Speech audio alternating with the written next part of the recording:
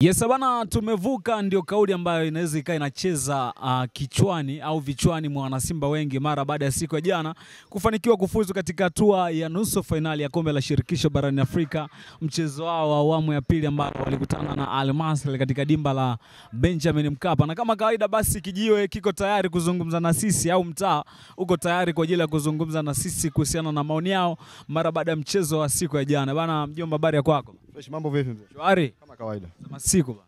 Fresh. Nakumbuka mara ya mwisho nilikuja bana, ilikuwa wiki iliyopita, lakini sikukukuta mjomba. Tulipishana. Ila mambo mengi. Sawa, nataka tuzungumzie namna ambavyo mchezo ulikuwa katika siku ya jana. Simba, of course sio story, ila story ni Simba kufuzu katika hatua ya nusu finali ya kombe la shirikisho. Mara kadhaa ameonekana kuishia katika hatua ya robo finali, lakini Fadlu amekuja kuvunja huu mwiko. Fadlu pamoja na wanachama, wapenzi, mashabiki, viongozi na wale wote ambao wanaitakia Simba mema, sisi tumevuka pamoja. Ndio maana ile kauli mbiu kwa sema hii tunavuka, sio hii inavuka. Hii tunavuka. Ili ilikuwa haichagui kwa sababu ilikuwa inabadilisha bendera ya taifa. Unaelewa? Timu yote ambayo inacheza na timu kutoka nje ya kucheza ndani hapa ni bendera ya taifa. Kitu cha kwanza. Awe Yanga awe Simba. Vyovyote vile inakuwa tu utani nini, lakini kilichosimama pale nini? Bendera ya taifa.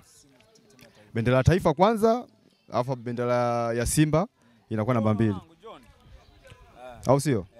Kwa game moja ilikuwa vizuri sana. Sawa, yote kwa yote mnakutana na Stellenbosch kutokea Afrika Kusini. Wengi walitegemea Zamalek pengine ndo angeibuka mshindi wa ile game ya Stellenbosch dhidi ya Zamalek, lakini Zamalek akaondoshwa pale na rasmi imetangazwa kwamba Simba anaenda kukutana na Stellenbosch. Hii ulipokeaje?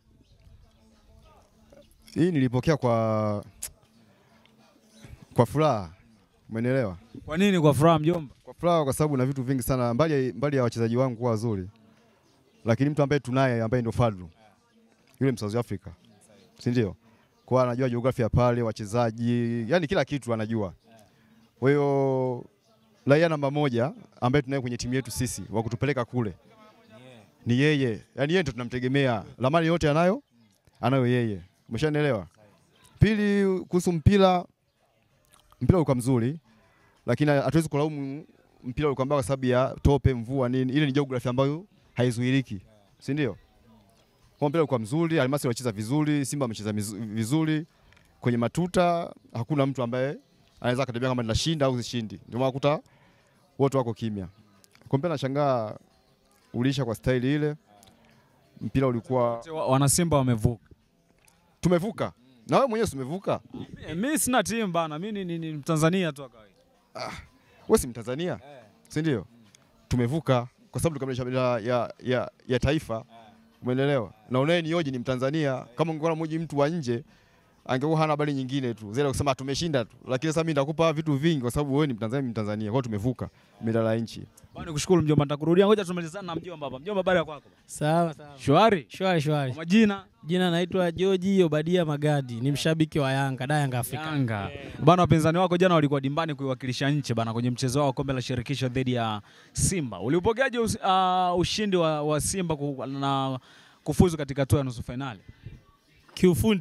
Kiufundi mission is complete. Yani kiufundi imeisha.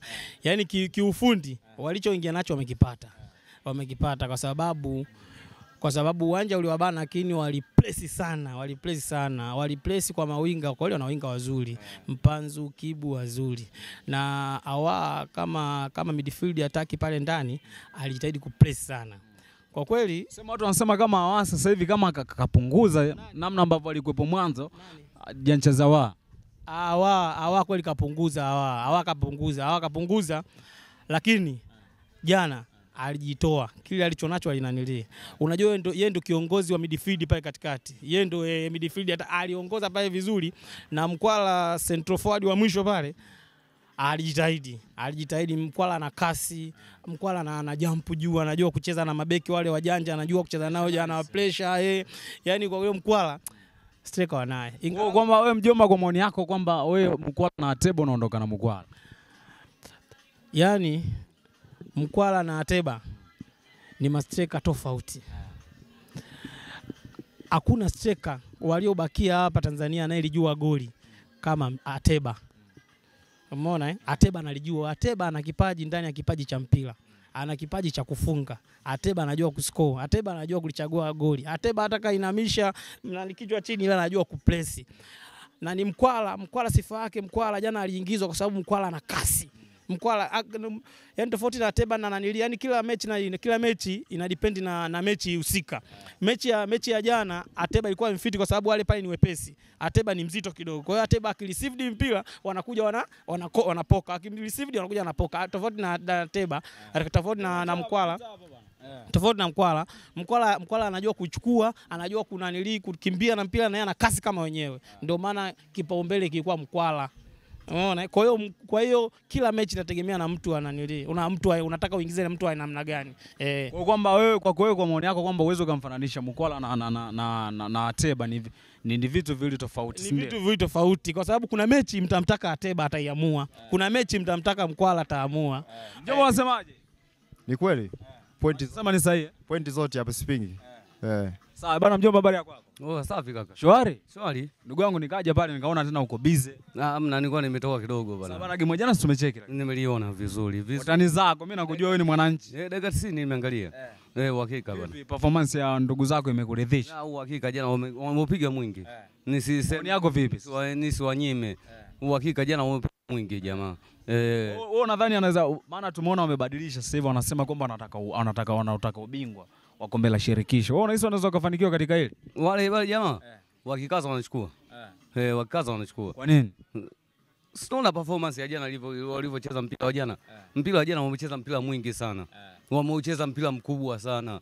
Kwa hiyo uhakika. Sawa bwana, kaza wanachukua. Sawa, wewe mwananchi? Mimi mwananchi. Leo uko dimbani mwanangu pale dhidi ya Azam. Unacha kujiuliza, ulipoteza game iliyopita lakini leo Azam leo anakufa vibaya sana. Bora jamaa jana wasingeshinda. Aucho yupo lakini. Mimi nakwambia bora jana wasingeshinda. Ila jana jamaa wameshinda. Azam leo ana kipigo kibaya sana baadaye. Na kiamungu leo mwanangu analala viatu. Analala viatu yule. Yule analala viatu yule. Raundi ya kwanza alikulaza lakini.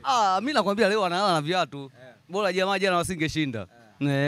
Mjomba bana, nikushukuru sana. Na haina noma ndugu yangu. Sasa mjomba tumalizie kidogo kwa uchache sana kabla tujawapa chance wengine nao wazungumze kwenye game yenu dhidi ya Azam leo. Unadhani kuna kutoboa?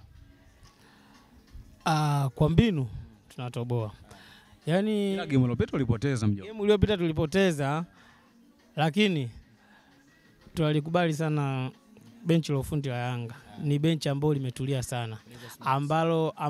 Ambalo alikubali vipigo viwili kwa pamoja. Yaani ukimfunga anarudi kujiuliza kafungweje. Mmeshashuhudia ndani ya miaka mingapi hajafungwa mara mbili na timu yoyote. Kwa hiyo Azam akitufunga leo, Azam inabidi ajipange sana. Tulikifanya au leo unampa kwanza msamaha? Kipindi kile tumekandea kwake, hata leo tunampiga tena, leo ni 2-0. Kipindi kile tulimfunga goli moja kwa bila. Leo ni 2-0 leo. Leo lazima afe leo. Sawa. Hiyo goli wewe mjomba Azam kweli au kuna namna hivi uliamaga hizi? Azam kabisa pure. Tunajua Azam 2007 na ngapi? Wewe kipindi hicho Azam haijaanzishwa ulikuwa na chama gani? Mimi nilikuwa sina timu yote. Sababu nitasimini nikaona kwamba viongozi wa pale Simba na Yanga wote ni warafi tu. Miaka karibia 100 hawana hata uwanja hata mmoja.